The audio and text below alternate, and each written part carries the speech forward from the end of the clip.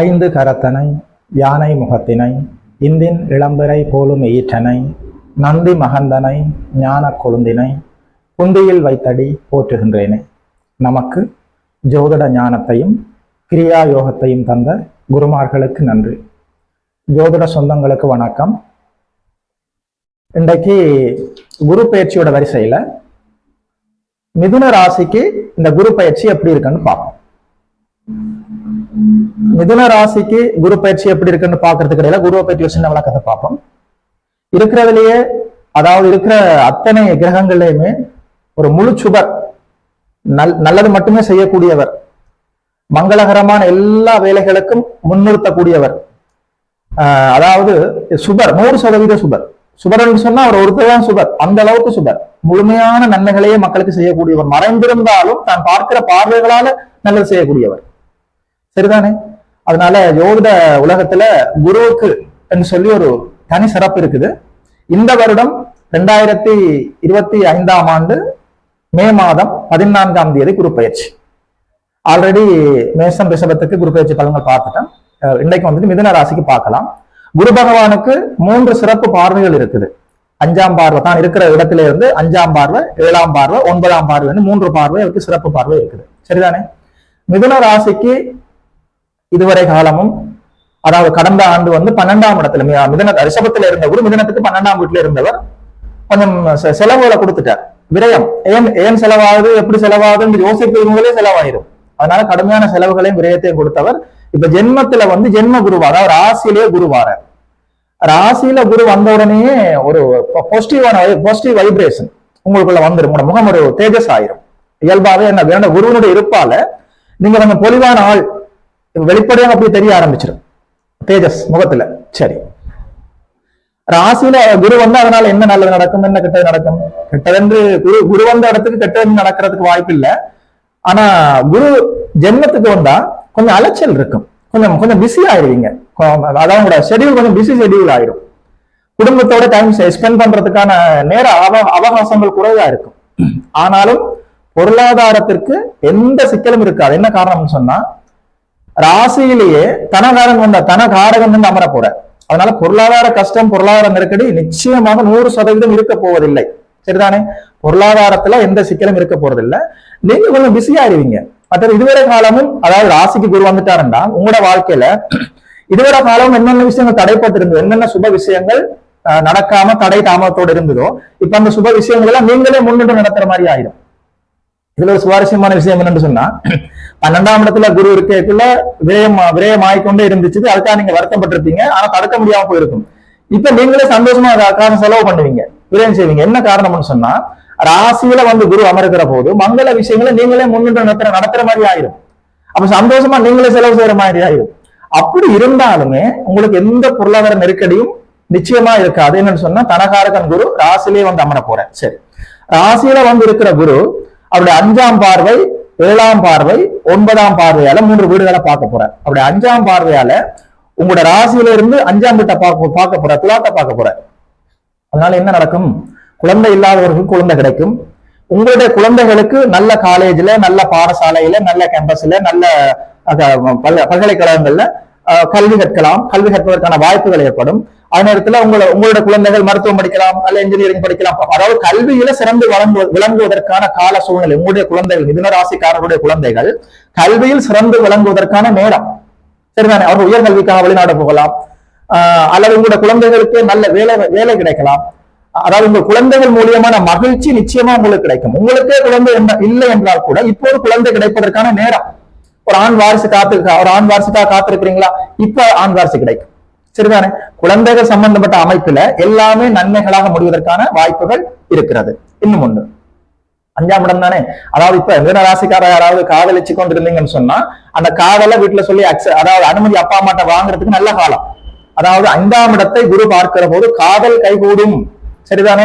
அதனால இந்த வாய்ப்பை நீங்க, அதாவது உங்களுடைய காதல் உண்மையானது, நேர்மையானது, இல்லறத்துல சேர்ந்து சந்தோஷமா இருவரும் வாழ வேண்டும் என்று சொல்லி ஒரு சரியான நோக்கத்தோட உண்மையாக நீங்கள் அன்பு செய்து கொண்டிருந்தால் அந்த காதலை நீங்கள் உங்களுடைய அப்பா அம்மாட்ட சொல்லி இப்ப அனுமதி வாங்குவதற்கான சரியான நேரம்.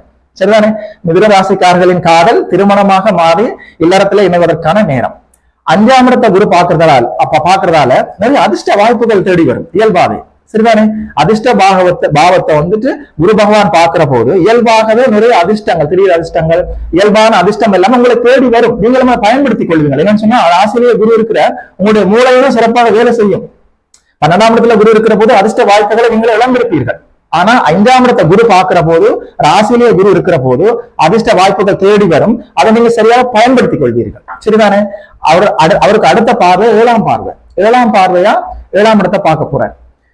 இதுவரை காலமும் உங்களுக்கு காட்டாத அன்பை, அந்யோன்யத்தை, ஒற்றுமையை உங்களுடைய வாழ்க்கை துணை இப்போது உங்களிடம் காட்டுவார். உங்களுடைய மனைவியோ கணவனோ உங்களிடம் மிகப்பெரிய பிரியத்தோடு இருக்கணும்.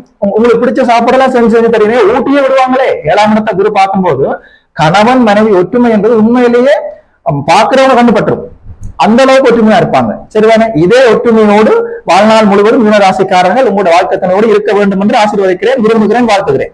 சரிதானே? சரி. அது மட்டும் இல்ல, 7ஆம் இடத்தை குரு பார்க்கிற போது இதுவரைக்கும் திருமணம் ஆகாதவர்களுக்கு திருமணம் ஆகும். புதிய நல்ல நண்பர்கள் கிடைப்பார்கள். மறுமணத்துக்காக, அதாவது முதல் வாழ்க்கை தோல்வி அடைந்து 2ஆம் திருமணத்துக்காக காத்து கொண்டிருந்தா நிச்சயமா 2ஆம் திருமணம் நல்ல வரன் வந்து நல்ல திருமணம் அமையும். சரிதானே? 7ஆம் இடத்தை குரு பார்க்கிற போது சமூக தொடர்புகள், அதாவது நீங்க உங்களுடைய வெளிவட்டார பழக்க வழக்கங்கள் விரிவடைவது மட்டும் இல்லாம உங்களுக்கு நல்ல பேரும் கிடைக்கும் சொசைட்டில. சரிதானே? 9ஆம் இடத்தை குரு பார்க்கிறார். 9ஆம் இடத்தை குரு பார்த்தா பாக்கியஸ்தானம். அதாவது எதிர்காலமும், அதாவது நீண்ட பிறவிகளாக நீங்க சேர்த்து வைத்த எல்லா புண்ணியங்களும் இப்ப உங்களுக்கு பலன்தார நேரம். 9ஆம் இடத்தை குரு பார்க்கிறது அதானே.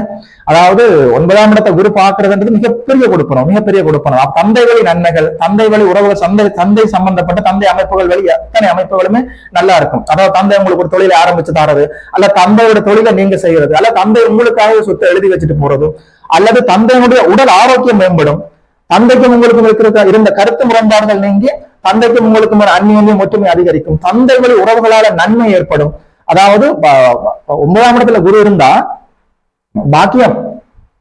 அதாவது 12ஆம் இடத்துல குரு இருந்து மிதுன ராசிக்கு இதுவரைக்கும் செய்த கெடுதல்கள் நிச்சயமா செய்ய போறது. 5ஆம் இடம், 7ஆம் இடம், 9ஆம் இடம் என்று சொல்லப்படக்கூடிய 2 திரிகோணங்கள், லக்னம், 7ஆம் இடம் எல்லாமே அட்டகாசமா இருக்குது. இதுல நான் உங்களுக்கு சொல்லக்கூடிய ஒரே ஒரு விஷயம் என்னன்னு சொன்னா, என்னதான் இருந்தாலும் மிதுன ராசிக்கு குரு வந்து 7ஆம் அதிபதி, பாதகாதிபதி. அவர் உங்களுக்கு நல்லது செய்யக்கூடியவர் இல்லை. அட் சேம் டைம் அவர் இயற்கை சுபர். ஒரு இயற்கை சுபர் ராசியில இருக்கிறது நல்லது. 5ஆம் இடம், 7ஆம் இடம், 9ஆம் இடத்தை பார்க்கறது நல்லது. அந்த அமைப்புகளால வந்த நன்மைகள் எல்லாம் ஓகே தான். ஆனா பாதகாதிபதி ராசியில இருக்கிற போது கொஞ்சம், அதாவது ஜென்மத்துல குரு இருந்தாலே கொஞ்சம் அலைச்சல் இருக்கும்.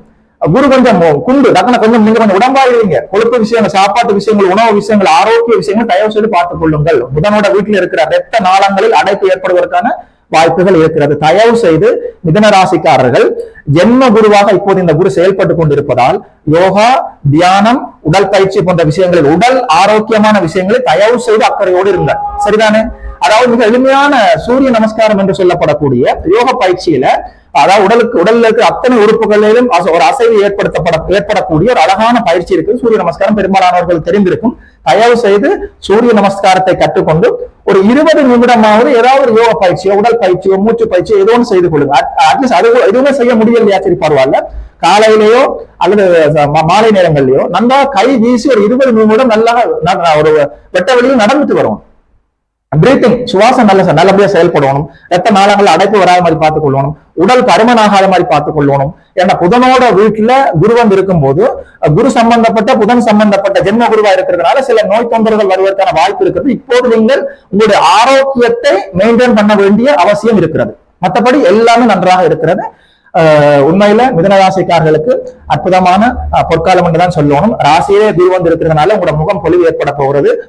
ஒரு பாசிட்டிவ் வைப்ரேஷன் இயல்பாக உங்களை சுற்றி நடக்க போறது எல்லாமே நன்மையாகத்தான் நடக்கும். உங்களுடைய உடல் ஆரோக்கியத்தில் மட்டும் தயவு செய்து அக்கறையோடு இருங்கள். சரிதானே? இது போல இன்னும் ஒரு நல்ல வீடியோவில் சந்திக்கலாம். நமஸ்காரம்.